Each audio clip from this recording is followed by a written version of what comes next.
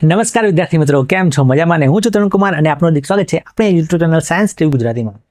દોસ્તો, ધોરણ 10 સામાજિક વિજ્ઞાનનું પ્રકરણ 2 એમાં આપણે સાંસ્કૃતિક વારસાઓની અંદર હસ્તકલા અને લલિત કલાઓ શીખી રહ્યા છે. એમાં આપણે અગાઉના વિડીયોની અંદર ઘણી બધી જે વસ્તુઓ છે, જે ડાન્સ ફોર્મ છે, સંગીત છે, એની વાત કરી દીધી છે.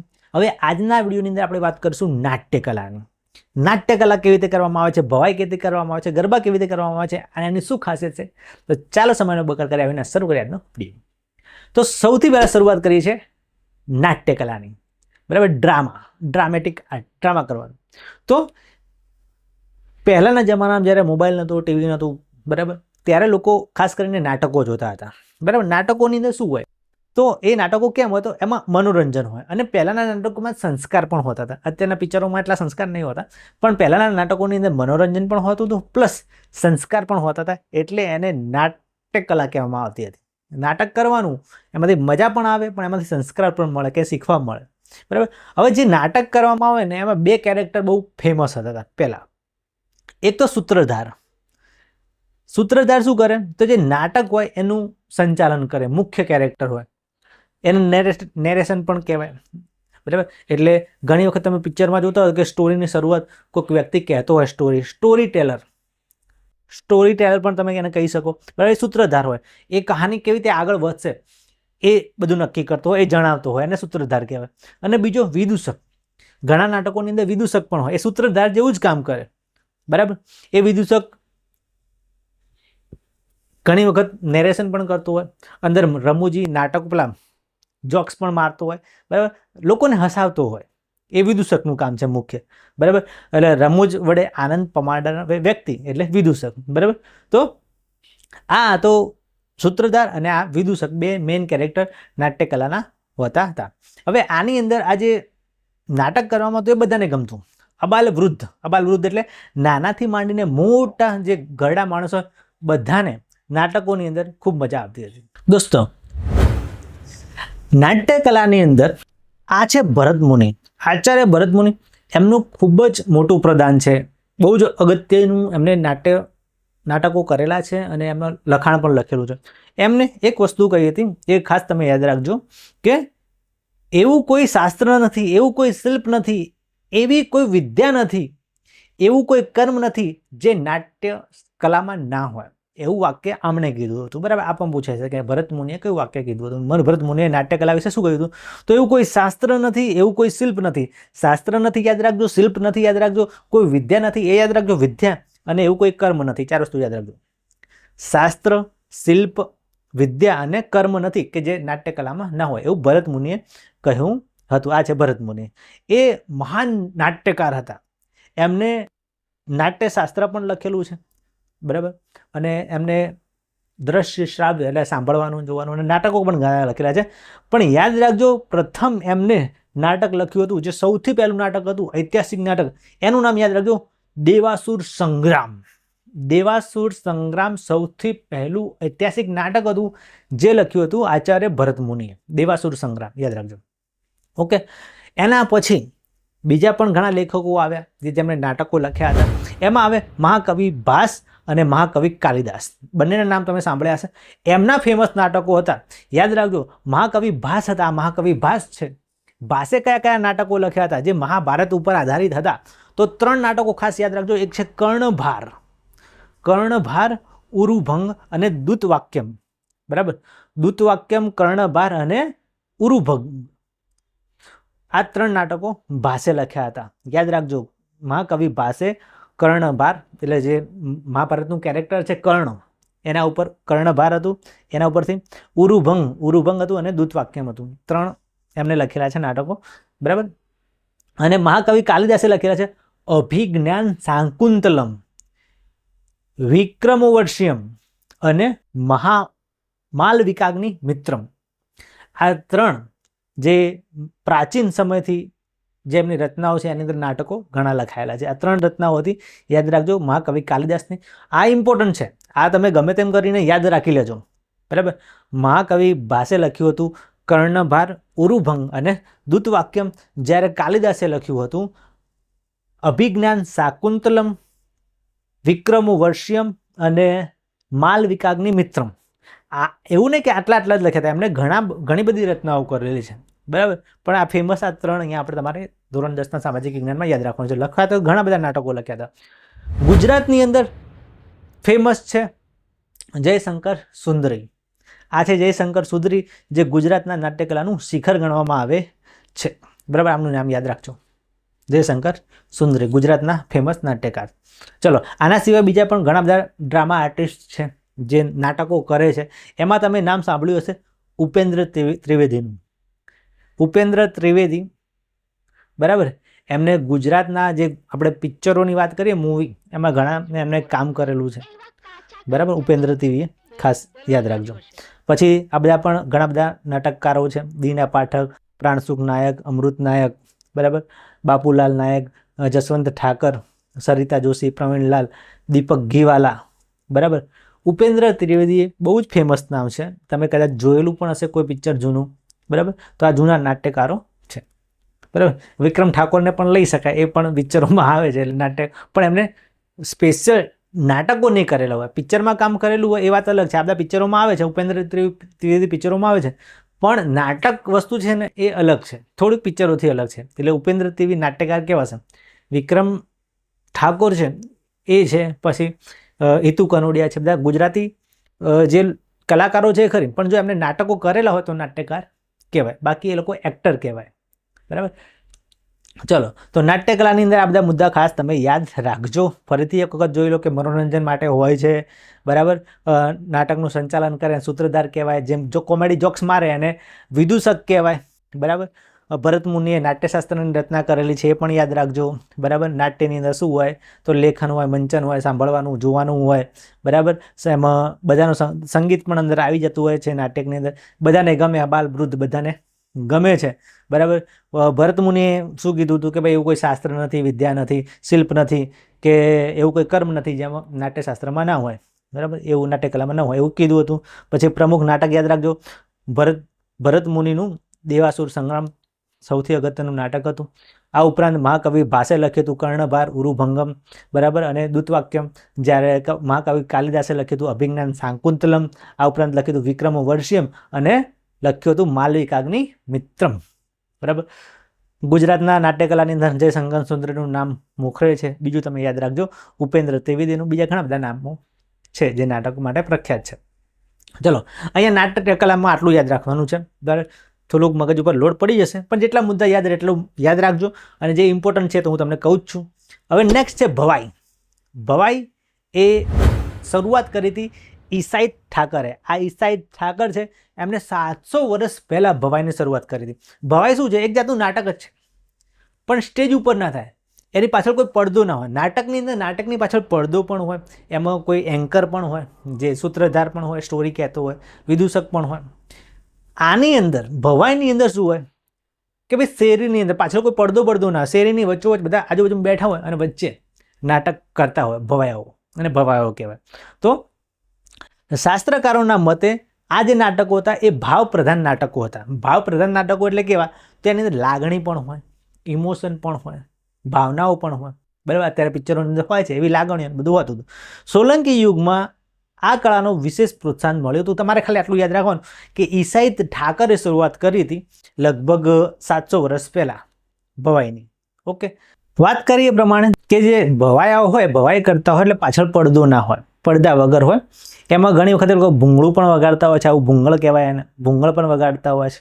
અને હળવી શૈલીમાં રમૂજી એ લોકો આ રીતે નાટક કરતા હોય છે, બરાબર. એ લોકોનું કેવું હોય કે મહિલા શેરીઓમાં આવતા હોય ભવાઈ કરે, એવું કંઈ ફિક્સ ચાર્જ ના હોય કે તમે ટિકિટ લઈને ભવાઈ જુઓ, એવું ના હોય.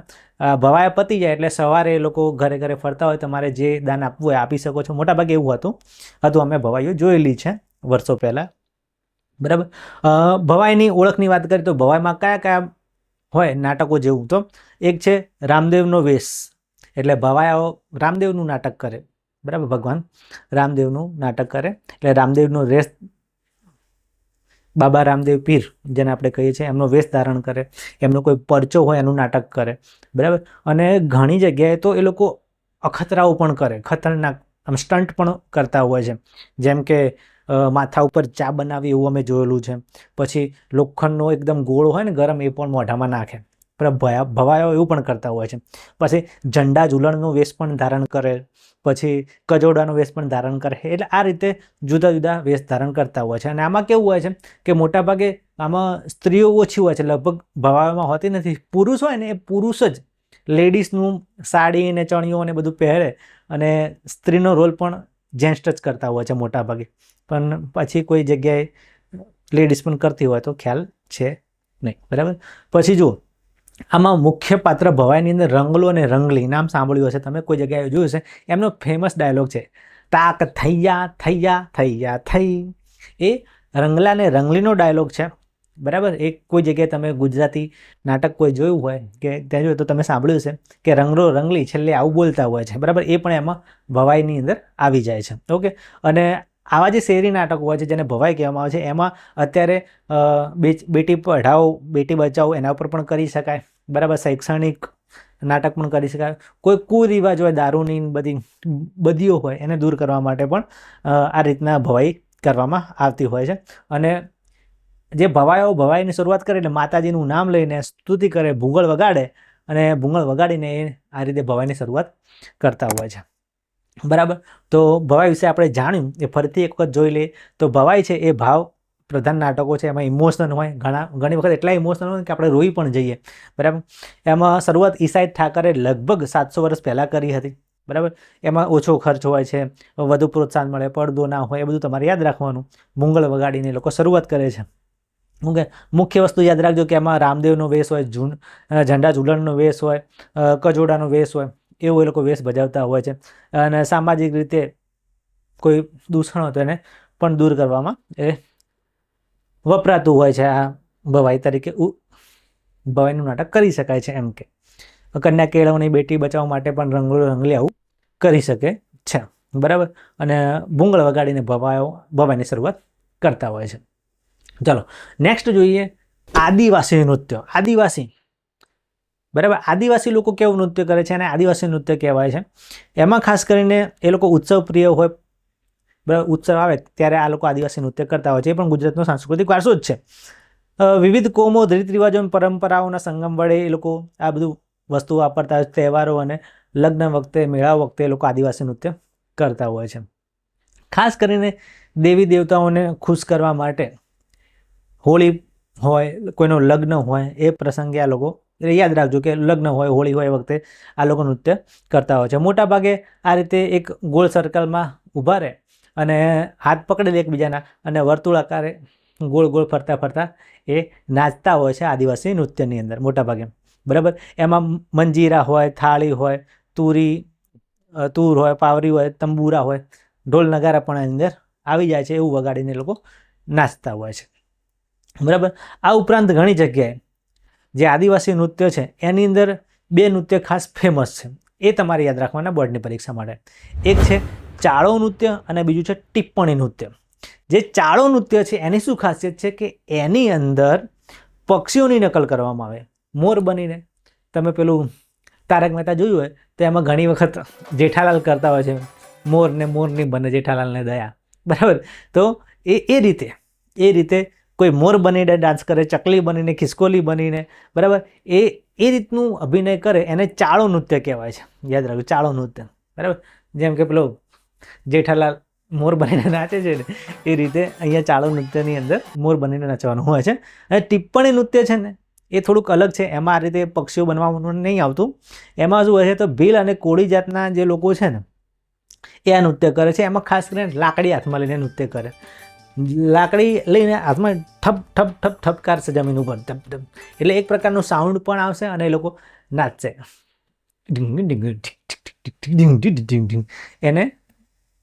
એને કહેવાશે ટિપ્પણી નૃત્ય. બરાબર. તો ટિપ્પણી નૃત્ય યાદ રાખવાનું કે દંડો લઈને ટીપવાનું આવે છે, ધબ ધબ ધબ, ટીપવું એટલે ટિપ્પણી નૃત્ય. અને ચાળો એટલે આમાં ચાળામાં તો કંઈ કનેક્શન થતું નહીં, પણ મોર યાદ રાખજો, મોર ચકલી એટલે ચાળો. બરાબર. તો આદિવાસી નૃત્યોની અંદર આટલા મુદ્દા તમારે લખવાના છે, યાદ કરી લેજો. બરાબર. કે હોળી, એ બીજા તહેવારો, લગ્ન હોય, દેવી દેવતાને પ્રસન્ન કરવા, ખુશ કરવા માટે લોકો મેળા હોય એ વખતે નાચતા હોય છે. વર્તુળાકારે હાથમાં હાથ રાખીને નાચતા હોય છે. ઢોલ વગાડે, નૂર, તાળી, તંબુરા બંબુરા એ બધું વગાડતા હોય છે. ચાળો નૃત્યની અંદર પશુ પક્ષીઓ બની જાય, મોર ચકલી બની જાય, કાબર બની જાય. બરાબર, ચાળો નૃત્યમાં એવું. અને ડાંગમાં આ યાદ રાખજો, ડાંગમાં માળીનો ચાળો અને ઠાકરિયા ચાળો એ બે પ્રચલિત છે. ચાળો નૃત્યની અંદર માળીનો ચાળો અને ઠાકરિયા ચાળો એ બે ફેમસ ચાળાના નૃત્યો ડાંગમાં ફેમસ છે, ડાંગ જિલ્લામાં. ઓકે, યાદ રાખજો.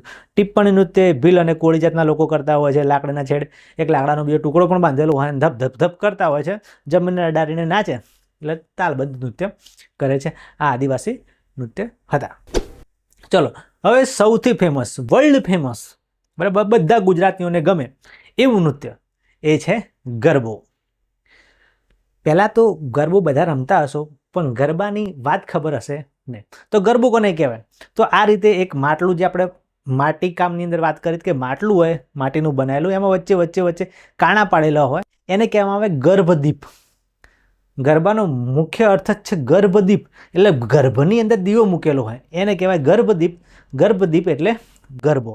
હવે આ જે છે ને ગરબો ક્યારે કરવામાં આવે? તો આસો સુદ એકમથી નોમ સુધી, જે નોમ કે દસમ કે ઘણા લોકો તો શરદ પૂર્ણિમા સુધી ગરબાઓ કરી જાય છે, જેને આપણે નવરાત્રિ કહીએ છીએ.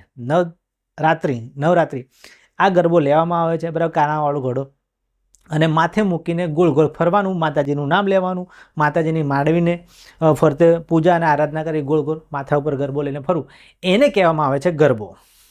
ખ્યાલ આવ્યો? ગરબો એટલે બધા ચલો ઢીંઢ ઢીંઢ, એને ગરબો ના કહેવાય. ગરબો આ છે, બરાબર. માટીનો આ રીતે એક ઘડો હોય, એમાં કાણા પાડેલો દીવો મૂકીને માથા ઉપર રાખીને માતાજીની જે માંડવી હોય એની આજુબાજુમાં ગોળ ગોળ ફરો, એને કહેવામાં આવે ગરબો. અને એ નૃત્યનો જ પ્રકાર છે. ઓકે, એના સિવાય એ ગરબાની અંદર માથા ઉપર તો તમે મૂક્યું, પછી હાથ વડે 1 તાળી 2 તાળી 3 તાળી, જેટલી તાળીઓ પાડવી હોય એટલી પાડીને પણ તમે ગરબો કરી શકો છો. એમાં ગીત, સંગીત, સ્વર, બરાબર, તાલનો અદ્ભુત સમન્વય થાય છે અને બધાને નાચવાની મજા આવે છે, બરાબર. અને યાદ રાખજો કે ગુજરાતીમાં જે કવિ દયારામ હતા, એ દયારામે ગરબીઓ લખી છે. જે ગરબો આ નચાતો હોય એ વખતે જે ગાવાની આવતી હોય એને ગરબીઓ કહેવાય. એ લખી છે કોને? તો ગુજરાતી કવિ દયારામે. યાદ રાખજો, ગરબીઓ લખી છે. અને ગરબીઓ ખાસ કરીને કોણ? પુરુષો નાચે એની અંદર, બરાબર. આ ગરબા સ્ત્રી પુરુષો બધા કરે, ગરબીઓની અંદર ખાસ કરીને પુરુષો નાચતા હોય છે, બરાબર. તો ગરબાના આ બધા મુદ્દા યાદ રાખજો. ઓકે, તો ગરબાનો અર્થ શું છે? તો ગર્ભદીપ ક્યારે થાય? નવરાત્રિની અંદર થાય, બરાબર.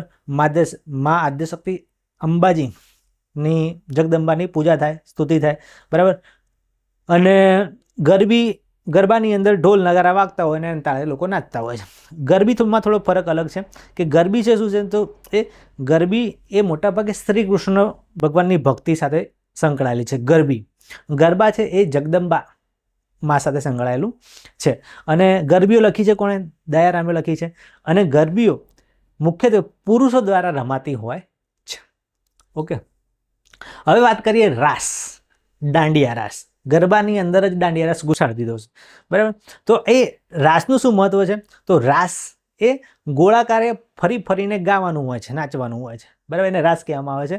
નરસિંહ મહેતા, ભક્ત નરસિંહ મહેતા અને શ્રી કૃષ્ણની કથા સાથે સંકળાયેલા છે રાસ. અને લોકપ્રિયતા વૈષ્ણવ સંપ્રદાયની અસરથી વધારે છે, બરાબર. દાંડિયા રાસ એ રાસનો જ એક પ્રકાર છે જેમાં દાંડિયા લઈને સાથે રાસ કરવાના, એટલે દાંડિયા રાસ કહેવાય. ઓકે, હવે પહેરવેશ કેવો? તો રાસનો પહેરવેશ બધાને આવડે જ છે કે ભાઈ સ્ત્રીઓ છે એ ચણિયા ચોળી પહેરે, અને ચણિયા ચોળી એકદમ મસ્ત ભરત ગૂંથણ વડે ભરેલી ચણિયા ચોળી પહેરે, બરાબર. અને જે પુરુષો છે મોટા ભાગે તો પહેરતા નથી, પણ જે લોકો ક્લબોમાં અને રીતે ડાન્સ કરવા જાય છે એ આ રીતના પહેરીને જાય છે, કેડિયું અને ધોતી, બરાબર. કેડિયું અને ધોતી પહેરીને પુરુષો ડાન્સ કરે છે, બરાબર. અને સ્ત્રીઓ છે આ રીતે ચણિયા ચોળી અને રીતે. આ પરંપરાગત પોશાક છે. રંગબેરંગી આકર્ષક કપડાં પહેરીને ગરબા કરવાના, જેને ગરબા કહીએ છીએ, ખરેખર રાસ કહેવાશે, બરાબર. આ રીતનો રાસ લોકો રમે છે નવરાત્રિની અંદર. ઓકે, તો ચલો વ્યાખ્યા. રાસ એટલે શું? તો ગોળ ગોળ ફરવાનું, ગાવાનું, બરાબર, અને નૃત્ય કરવાનું. નરસિંહ મહેતાએ રાસલીલા બતાવેલી છે, બરાબર, પૌરાણિક કથાઓની અંદર શ્રી કૃષ્ણ ભગવાનની. એના ઉપરથી રાસ આવેલો છે, બરાબર, જેને આપણે કહીએ છીએ રાસલીલા. શ્રી કૃષ્ણ ભગવાનની રાસલીલા, એના ઉપરથી આ રાસ આવેલો છે, બરાબર. અને ગુજરાતની અંદર આપણે દાંડિયા સાથે આવું પહેરીને, કપડાં પહેરીને રમીએ છીએ, અને દાંડિયા રાસ કહેવાય. અને જે આપણે નવરાત્રિની અંદર ગરબા કરવાના હોય એની અંદર દાંડિયા રાસ કરીએ છીએ ભેગો. બરાબર. કેટલાક લોકો ગાગર કે બેડા લઈને પણ આ રાસ રમે છે. માથા ઉપર ગાગર કે બેડું રાખીને રમવાનો રાસ. બરાબર. એને પણ રાસ કહેવાય, રાસનો જ પ્રકાર કહેવાય. દાંડિયા લઈને રમો તો દાંડિયા રાસ કહેવાય. બરાબર. વૈષ્ણવ સંપ્રદાયની અસર એના પર વધારે છે. બરાબર.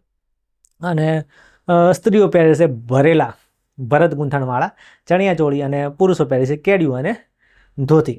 બરાબર. માથા ઉપર ટોપી પણ હોય છે શણગારવાળી. ચલો, તો આ તો રાસ. હવે ગુજરાતના બીજા પણ ઘણા નૃત્ય જાણીતા છે, આની વાત કરીએ, અને એ છે ગોફણ ગૂંથણ નૃત્ય. બરાબર. આમાં છે ગોફ ગૂંથણ નૃત્ય. કેવી રીતે કરવામાં આવે, ક્યાંનું હોય, તો જો એનું કેન્દ્ર બિંદુ માંડવો કે થાંભલો હોય કે વૃક્ષ હોય, વચ્ચે એક થાંભલો હોય, આ રીતે થાંભલો હોય કે માંડવો હોય કે વૃક્ષ હોય. બરાબર. અને એના એક છેડ થાંભલે, દોરીનો એક છેડો આ થાંભલે લગાવેલો હોય અને એક છેડો જે નાચવાવાળો વ્યક્તિ હોય હાથમાં હોય. તમે જુઓ આની અંદર. બરાબર. એક છેડો અહીંયા લગાવેલો હોય, બીજો હાથમાં હોય. હવે શું હોય કે આ લોકો ફરે જાય, નાચી જાય, અને એ રીતે એક આમ એકબીજાની અંદર ફરતા જાય એટલે વણાતો જાય. બરાબર. અંદર અને બહાર ગોળ ગોળ ફરીને વેલ આકારે એ લોકો અંદર ગૂંથણી બાંધતા હોય ને એ રીતે ડાન્સ કરે જાય અને એને બાંધે અને પછી એને છોડે. બરાબર. એટલે આને ગોફ ગૂંથણ નૃત્ય કહેવામાં આવે છે. બરાબર. યાદ રાખજો, ગોફ ગૂંથણ, ગૂંથવાનું એટલે દોરી બાંધેલી હોય, નાચી જવાનું, ફરી જવાનું, એટલે એક ડિઝાઇનની અંદર એ વણાઈ પણ જશે અને પછી છૂટું પણ થઈ જશે. બરાબર. બીજું છે સીધી નૃત્ય. સીધી લોકોનું ધમાલ નૃત્ય. ધમાલ કરે આ લોકો, ધમ ધમ ધમ, જુઓ એટલે મજા આવી જાય. જો આ જે લોકો છે એ ખરેખર મૂળ આફ્રિકાના છે. એટલે એમનો કલર તમે જુઓ થોડો શ્યામ છે. મૂળ આફ્રિકાના છે, પણ પહેલાં આવેલા વર્ષો પહેલાં અને ગીરમાં વસી ગયેલા. ગીરનું જે જાંબુર છે, જાંબુર ગામ, ત્યાં જાંબુરમાં વસેલા છે આ લોકો આફ્રિકાના. એટલે આ લોકોનું જે નૃત્ય છે ને ગુજરાતથી એકદમ અલગ જ પડે. બરાબર. એ લોકો શું કરે, નારિયેળના કોયલામાં કોળીઓ ભરી કપડું બાંધી તાલબંધ ખખડાવે. બરાબર. આ ઉપરાંત એ મોરપીંછનો ઝુંડ અને નાના ઢોલકાઓનો પણ ઉપયોગ કરે. એકદમ ઝાડફૂંક કરતા હોય ને એ રીતે. અને પહાડો અને જંગલમાં ગુંજતું હોય ને, હા હા હો હો, હા હા હો હો, એવા અવાજો કાઢીને આ લોકો ડાન્સ કરે છે. એ બાબા ગોર તમારી ધમાલ, હો રૈયા મામા હો. બરાબર. એટલે આ ધમાલ નૃત્ય કહેવાય છે. અને ઢોલ નગારા વગાડીને ધમાલ ધમાલ કરતા હોય છે. બરાબર. તો આ સીધી લોકોનું ધમાલ નૃત્ય છે. એના સિવાય બીજા નૃત્યની વાત કરીએ તો મેરાયો નૃત્ય, જે બનાસકાંઠાની અંદર ખાસ કરીને વાવ પંથકની અંદર આ નૃત્ય નચાતું હોય છે. એમાં શું હોય તો ઊંચા ઘાસમાંથી બનાવેલું હોય, સરખડ કે ઝુંઝાડી તોરણ જ્યાં ઝુમખાનો મેરાયો બનાવેલો હોય અને તલવારના દાવ પેચ વડે એ નૃત્ય કરવામાં આવે છે. બીજું પઢાર નૃત્ય છે, જે સુરેન્દ્રનગરનું ફેમસ છે. બરાબર. એ જમીન સરખા બેસી જાય, આ લોકો જમીન સરખા બેસી અને દાંડિયા મંજીરા સાથે આ લોકો નૃત્ય કરતા હોય છે. એવું લાગે કે દરિયાનો મોજા ઉપર આ લોકો હિલોલા લેતા હોય એ રીતે એમનો હાવભાવ હોય છે. બરાબર. દરિયાના મોજાની અંદર જતા હોય ને અને દાંડિયા મંજીરા વગાડીને ડાન્સ કરતા હોય છે. આ છે પઢાર નૃત્ય. આ છે મેરાયો નૃત્ય. યાદ રાખજો, આ બનાસકાંઠામાં, આ સુરેન્દ્રનગરમાં. ઓકે.